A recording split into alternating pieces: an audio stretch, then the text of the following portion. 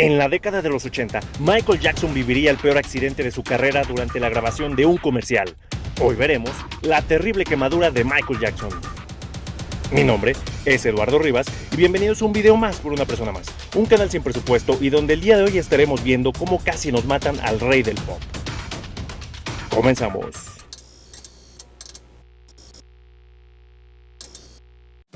Para comenzar esta historia nos remontaremos al año de 1984, cuando Michael Jackson estaba viviendo uno de los mejores momentos de su carrera. Su éxito Thriller le estaba dando la vuelta al mundo, marcando un antes y un después en su vida. Y como todo buen artista, las grandes marcas iban tras él para colaborar con acuerdos publicitarios y enriquecerse mutuamente. Por aquellas épocas ya existía una guerra comercial entre las dos más grandes marcas de refresco de cola del mundo. Una de ellas era Coca-Cola, quien ya llevaba varias décadas en el mercado, introduciendo sus productos en básicamente todo el mundo y ganando millones de fieles clientes.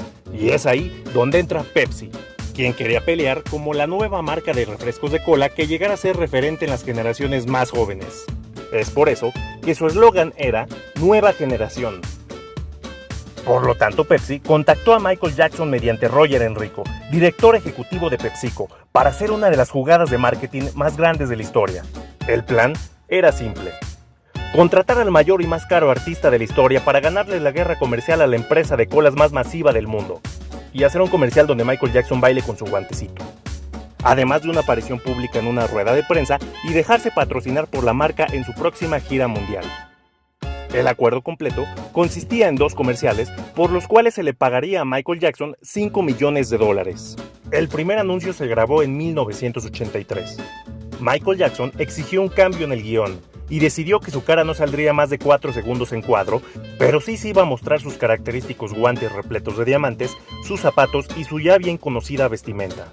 El video básicamente trata de Carlton Banks de chiquito, siendo un niño bastante cool y rodeado de otros niños cool, cuando de repente casualmente se topan con todos los hermanos Jackson y se ponen a bailar de manera extraña a media calle, mostrando que Carlton Banks era un gran bailarín desde niño. It's not unusual to be loved. It's not unusual to have fun with anyone. El siguiente comercial se grabaría el 27 de enero de 1984, y es aquí donde las cosas se pondrían turbias.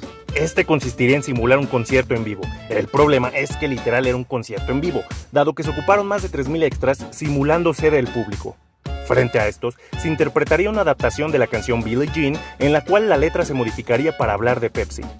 Paul McCartney, quien en ese entonces era un gran amigo de Michael Jackson, le comentó a este que estaba cometiendo un grave error en trabajar en ese comercial, porque estaría sobreexpuesto a muchas cosas y que debía de tener cuidado. Existen algunas fotografías tomadas justo antes del rodaje de este comercial, donde se muestra a Michael Jackson preparándose y conversando con sus hermanos. Incluso, se cuenta que antes de grabar, Michael Jackson tuvo un vergonzoso accidente dejando caer su tan característico guante en el inodoro. A lo que desesperado, buscó la manera de secarlo. Aunque considerando que era una producción millonaria, yo creo que tenían otro repuesto. Y finalmente comenzó el rodaje. Michael Jackson y sus hermanos estaban actuando con naturalidad. Todas las tomas habían sido realizadas sin mayor problema, pero no fue hasta la toma número 6 que sucedió lo peor. Repentinamente, unos fuegos artificiales de la puesta en escena estallan muy cerca de Michael Jackson. Él no se percata, incluso continúa bailando por unos instantes. En el video se aprecia cómo las llamas empiezan a invadir el cuero cabelludo del cantante. Pero era cuestión de tiempo para que empezara a notar el ardor en su cabeza. Y es cuando comienza a girar desesperadamente para poder aplacar el fuego. La gente a su alrededor llega de inmediato intentando calmar las llamas. Todas las personas estaban pasmadas y el director de Pepsi dijo: "Madre mía, esto me va a salir muy caro". Michael Jackson sufrió quemaduras de segundo y tercer grado, y a pesar del intenso dolor se mantuvo consciente. El personal médico quería transportarlo a la ambulancia por la parte trasera del edificio, y Michael Jackson preguntó: "Esperen, ¿dónde están las cámaras y los medios de comunicación?". El personal médico respondió: "Están frente al edificio, abarrotando el lugar", a lo cual Michael Jackson dijo: "Bueno, entonces sáquenme por el frente para que me vean sufrir". ¿Cómo llegaron los medios de comunicación tan rápido? Pues no tengo idea. Y así fue. Michael Jackson salió por el frente del edificio, totalmente vendado y portando su característico guante con diamantes. El objetivo era tranquilizar a todos sus fans y demostrar que estaba bien.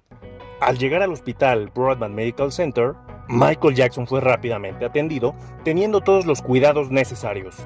E incluso, el personal médico se fotografió con el rey del pop, y aquí hay unas fotos donde se muestra a Michael Jackson con cara de lárguense de mi cuarto, maldita sea, que no ven que me quemé toda la cabeza, quiero descansar.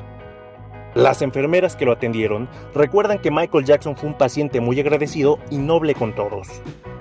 Después de algunos minutos, Michael Jackson dijo, bueno, ya que no me dejaron dormir con tanta fotografía, vamos a dar el rol por el hospital. Y es así como nuestro querido cantante se puso a visitar a los pacientes de dicho hospital evangelizando a todos.